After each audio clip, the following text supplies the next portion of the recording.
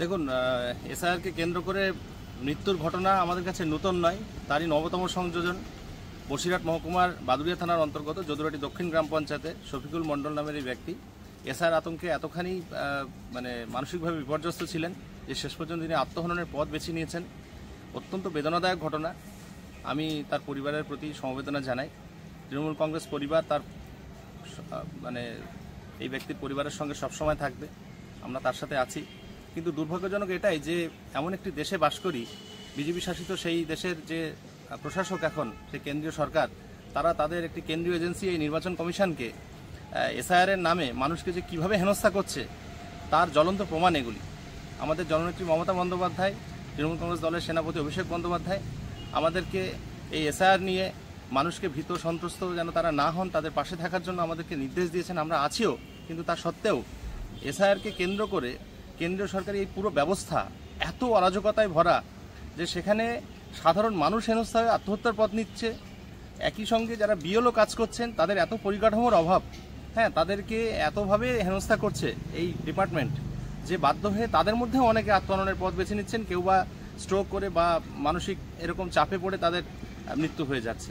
অত্যন্ত দুঃখজনক, নিন্দা জানাবার ভাষা নেই। যে কোনো মৃত্যু দুঃখজনক, আমিও সমব্যথী। কিন্তু এসআইআর হচ্ছে একটা সুন্দর জিনিস। স্বচ্ছ ভোটার তালিকা তৈরি করার জন্য আজকে এসআইআর তৈরি হচ্ছে, সারা রাজ্য জুড়ে এসআইআর হচ্ছে। কিন্তু শাসক দল এই এসআইআর নিয়ে সুপরিকল্পিতভাবে যে একটা আতঙ্কের পরিবেশ তৈরি করছে, এটা অত্যন্ত নিন্দনীয় এবং ঘোর বিরোধিতা করছি। আর তার জন্যেই এই ঘটনাগুলো ঘটছে। এবং যে কোনো মৃত্যু হলে শাসক দল তার বাড়িতে গিয়ে ভয় দেখিয়ে বলানো হচ্ছে এসআইআর মৃত্যু। এটা অত্যন্ত নিন্দনীয় এবং সংবিধানকে এক প্রকার চ্যালেঞ্জ করা। ঘটনা ঘটেছে এই এসআইআর নিয়ে ঘটনাটা ঘটেছে। আজকের 15 দিন ধরে আমার বাবা দৌড়োদৌড়ি করে। আমার বাবার কাগজপত্রের কোনো সমস্যা নেই। আমরা এখানে আজকের 150-200 বছর ধরে আমরা এখানেই আছি। আমাদের কাগজপত্রের কোনো সমস্যা নেই। যেটুকু সমস্যা আমাদের সমস্যা নেই, আমাদের ভাইয়ের সমস্যা। আমার বাবার কাগজ ডকুমেন্টসে কোনো সমস্যা নেই। আমার বাবার দুটো বিয়ে, আমার মা মারা যায় 2002 সালে। তারপরে বাবা বিয়ে করলে সেই বাবার মায়ের নামে ডকুমেন্টস আমরা চালাই, সেই ডকুমেন্টস দিয়ে আমরা কাজ করি আর কি। সেই ডকুমেন্টসে কাজ করলে এবারে 2025 সালে এসে যে এসআইআরটা হলো, 15 দিন ধরে, বিগত 15 দিন ধরে আমার বাবা কাগজপত্র নিয়ে দৌড়োদৌড়ি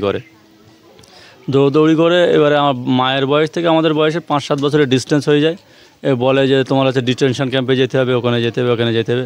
একটা আতঙ্ক মতো হয়ে ডকুমেন্টসের কাগজপত্র কোনো সংশোধন করার কোনো জায়গা পাচ্ছে না, ভয় খাচ্ছে। বিগত 4 দিন ধরে খাওয়া দাওয়া করে না, পুরো ডিপ্রেশনে চলে গেছে। ডিপ্রেশনে যাওয়ার পরে কালকেরে ও লোক সকাল থেকে আমার সঙ্গে ছিল, কথা বলছিল। এর ফাঁকে কখন যেয়ে মাঠে গিয়ে লুকিয়ে চুরিয়ে বিষ খেয়ে নিয়েছে, আত্মহত্যা করার জন্য বিষ খেয়ে নিয়েছে।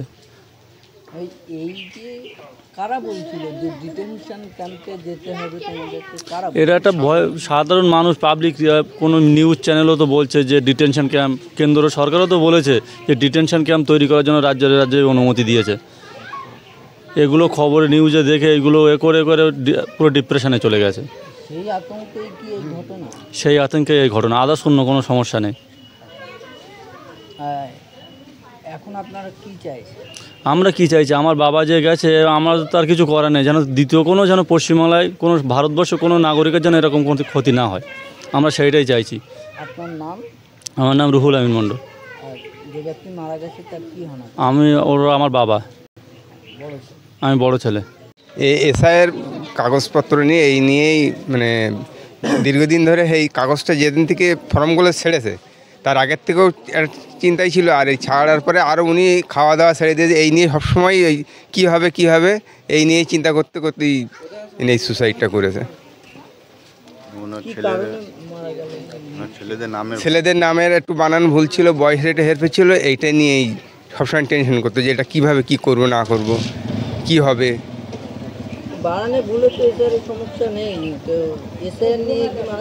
এসআইআর নিয়েই উনি সবসময় জানি এই নিয়ে যে এসআইআর এটা কী হবে এইটা নিয়ে উনি সবসময় মাথার মধ্যে জানে একটা জপ তপ করতো আর কি। পেনশনে খাওয়া দাওয়া ছেড়ে দিয়েছে। এই 3-4 দিন খাওয়া দাওয়াই করে না। আপনারা এখন আপনারা চাইছেন? এখন চাইছি যে এই আমার চাষা এরকম আত্মহত্যা করেছে, মানে সুসাইড করেছে, এরকম আরও তো অনেক মানুষ করছে। তো সাধারণ মানুষ এই এসআইয়ের ব্যাপারটা নিয়ে সবাই আতঙ্কিত। অনেক মানুষ সুসাইডও করছে, কানে আসছে শুনছি। যাতে এটা বন্ধ হয় এই নিয়েই সরকারের কাছে আবেদন করি, যাতে এটা রুকে যায় বা বন্ধ হয়। মানুষ তো সবাই আতঙ্ক। আপনার নাম? আমার নাম শাহাদুজ্জামান। আমি স্থানীয় বাসিন্দা। স্থানীয় না, আমার চাচা।